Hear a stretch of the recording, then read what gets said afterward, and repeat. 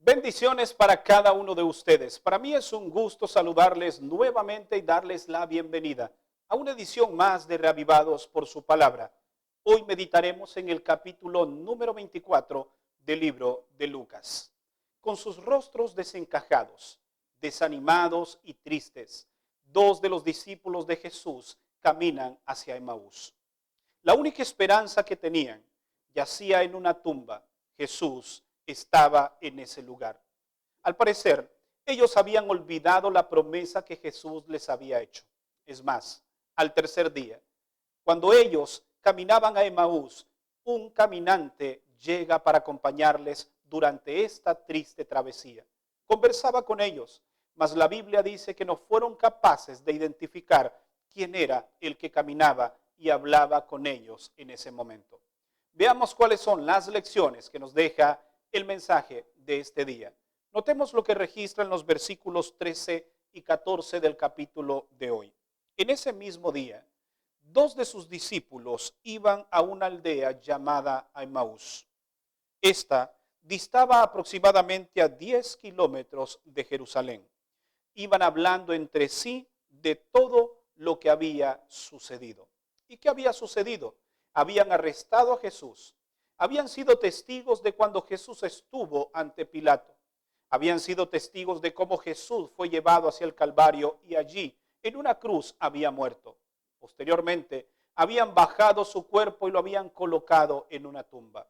Todo esto había desanimado el corazón de los discípulos. Sin embargo, aquel día sería diferente. Su vida cambiaría porque alguien tendría un encuentro con ellos. De esta experiencia aprendemos algunas lecciones. La primera de ellas, todos en algún momento tenemos que transitar el camino del desánimo. Pero recuerda, no permitas que el desánimo te detenga. Sigue caminando hacia la meta que te has propuesto. La segunda lección, no recuerdes aquellas cosas que te desestabilizan emocionalmente. Los discípulos en ese momento recordaban lo que había pasado. Y todo esto los entristecía. Esto debes borrarlo de tu mente, debes desaparecerlo para que ya no siga haciendo más daño en tu vida. La tercera lección, Jesús camina contigo en los momentos más críticos de tu vida. Aquí es algo importante que debemos resaltar. Las lágrimas de estos discípulos no les permitían ver que Jesús caminaba con ellos. Hoy te invito a que seques tus lágrimas y que no permitas que éstas nublen la visión para que puedas ver a Jesús caminando a tu lado. Una cuarta lección, no tengas expectativas irreales de la vida. Ellos crearon expectativas que Jesús nunca les había dado.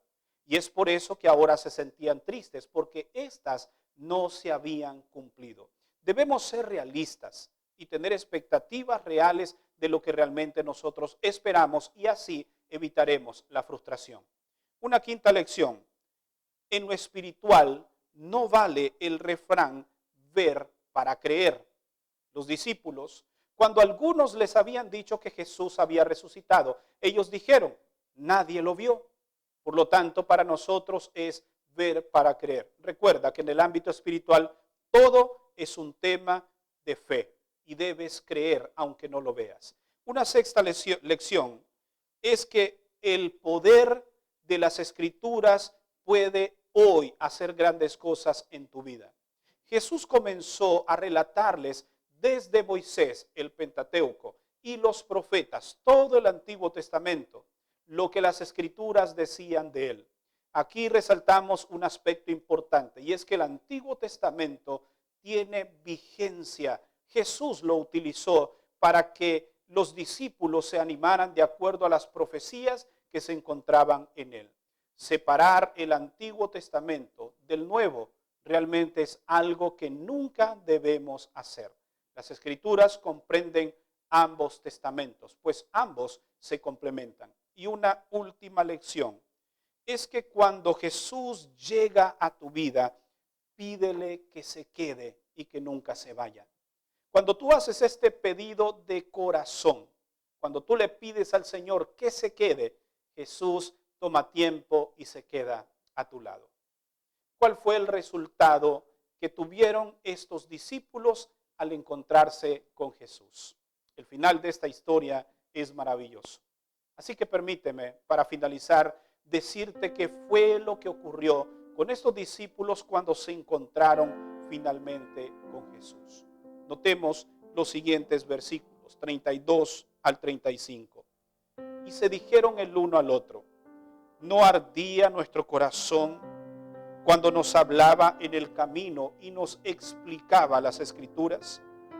Y levantándose en la misma hora, volvieron a Jerusalén y hallaron a los 11 reunidos y a los que estaban con ellos, que decían: es verdad, el Señor ha resucitado y apareció a Simón.